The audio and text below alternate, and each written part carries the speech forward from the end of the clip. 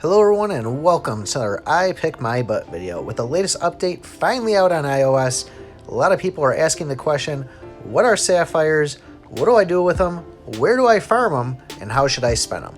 Well, we're going to be going through all those today, but first things first, if you're new to Archero and want to stay up to date on the latest tips, tricks, or anything related to it, act now by hitting that thumbs up and subscribing to the channel. So for anybody just hopping into the game, sapphires are the newest and latest currency added to the game, and you can spend these to upgrade your character to get special in-game perks. Now every time you go and upgrade your character one level, you notice that the attack and the hit points will go up on each of them.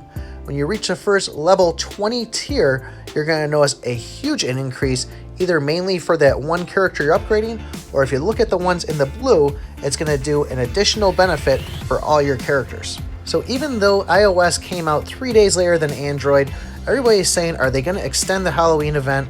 I don't believe so. I think we're just going to have to deal with it.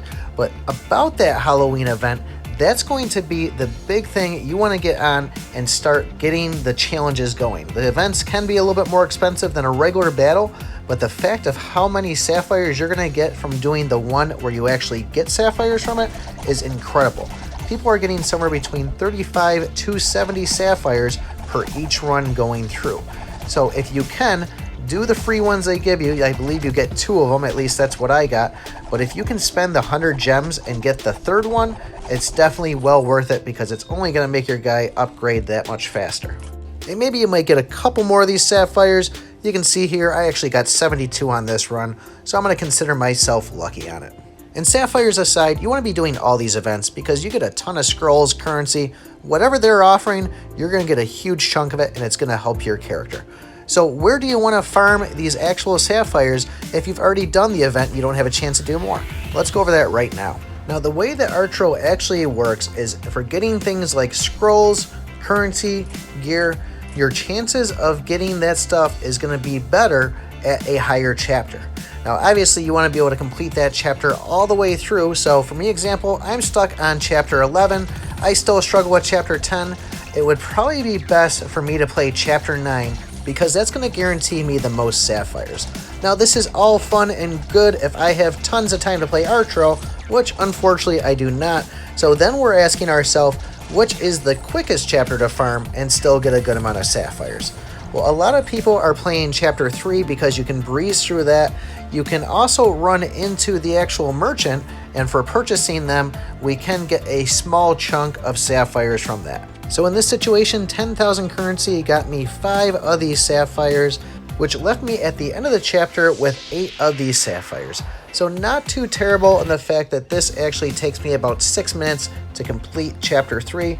Now moving on to chapter 6, the merchant's actually going to give us 8 sapphires for 16,000 currency. Now this is all good if you have tons of currency like me. If you've been playing it long enough, that shouldn't be an issue. Now going towards the end of chapter 6, we were able to get 13 sapphires. So not as much as doing the actual event, but we still get a bunch of good stuff out of it.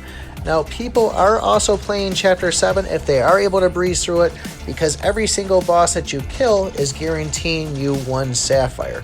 So for me, what am I going to farm? I really don't know. I'm probably going to play chapter 3 because I can just endlessly not look at my phone, get it from the merchant, and it's easy. I don't have to worry about too much. But like I said, if I am going to play the game and have time to play it, I might farm chapter 9 if I've done the events already. So now the big question is, where do we spend these things? Now it's going to take about 120 of these sapphires to get us from level 1 to level 20. And every time we use it, it is going to increase our actual health and attack damage. I myself like Foreign, so I'm going to put my investment into him up to level 20. Now once I get him to level 20, I'm going to go and start hitting up the other characters I have unlocked, and I'm going to get those to 20 so I can get that all heroes bonus for all of my characters. And because it's only 120, it's not too bad. It takes about 15 sapphires to increase 1 level after that point. So once I have all my characters that have that first tier, level 20, all heroes skill stat unlocked, then I'll go back and decide, alright, do I want to further invest a Foreign? I know a lot of people are liking Helix. I haven't really played with him that much, but I know he is pretty OP.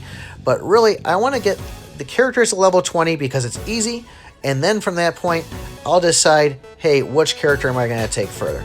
It's probably going to be Thorin because he just seems reliable to me. I like the Blaze, and he really does kick some serious butt.